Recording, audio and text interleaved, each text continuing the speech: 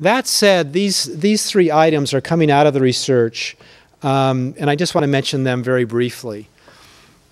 One is that there's a fairly strong scientific consensus now, and this came out of a commission report that was done under Russ Whitehurst's watch at the Department of Education, showing that if we can really build quality bilingual programs at the preschool level and advance rich language in a child's home language, this will benefit the richness of their language in English downstream. There's been about 20 random assignment experiments now, randomly assigning kids to high-quality bilingual programs, and the findings are mixed, but on balance support trying to really improve bilingual approaches with 3- and 4-year-olds. And coming from California, again, it's hard to outdo Texans. Texas has a very progressive bilingual set of policies at the K-12 level, and those have yet to be fully implemented at the preschool level. The second is this notion of funds of knowledge, that young children bring to the classroom a lot of information and knowledge, which is sometimes missed by preschool teachers. There's a very clever random assignment experiment done by a young professor at UC Santa Barbara, where she just built preschool activities around activities that Latino kids do at home. One was, for example, a baking experiment. And she found that this sort of baking exercise modeled by mothers at home and then modeled by teachers in preschool led to stronger outcomes for low-income Latino kids than it did for middle-class white kids, in part because the former group performed this exercise much more with their moms at home than did white middle-class kids. So the point here is that these kids bring a lot of knowledge, indigenous, so to speak, to their households, and teachers in preschool classrooms tend to not understand that.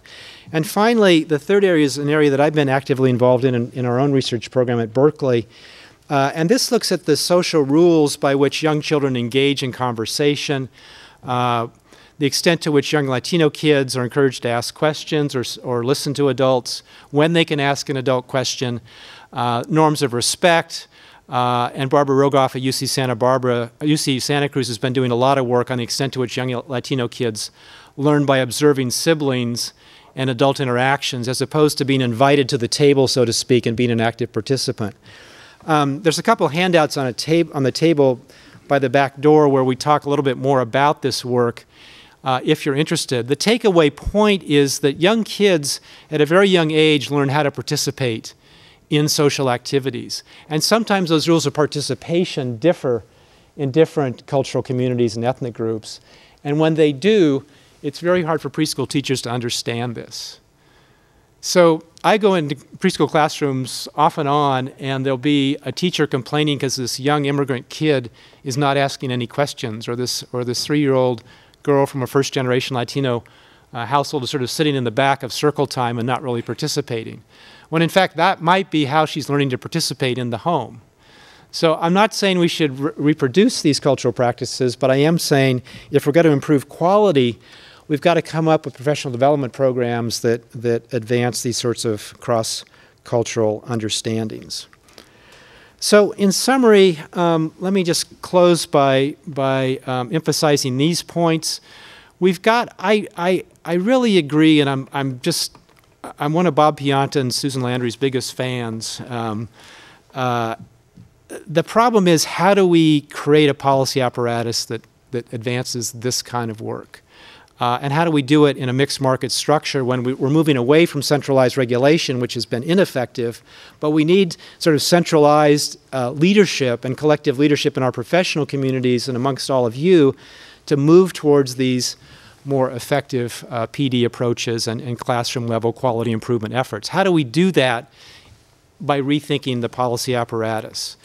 This is going to, I think, happen both through collective action, as I mentioned, as well as market forces. That is, we also want to get parents and community activists and others in your neighborhoods to recognize these sorts of quality improvement efforts and encourage parents to demand these things because this sort of market pressure does matter in mixed delivery systems. We've got to get beyond our regulatory habits. We've got to focus on enriching adult-child relationships, as we've all been talking about. We've got to blend incentives to lift quality along with just the steady day-to-day support of teachers and caregivers. And then finally, you've been hearing a lot of science, and you've been seeing a lot of numbers and graphics today. We just also have to rigorously evaluate these different quality improvement efforts because I think we're making progress. I like Bob's candor in terms of indicating today what they're finding is working and what's not working so well, and he's making adjustments. And it's in that sort of spirit that the research community can improve quality improvement efforts, and in collaboration with you all, we can work together to lift quality over time. So I'll stop there. Thank you.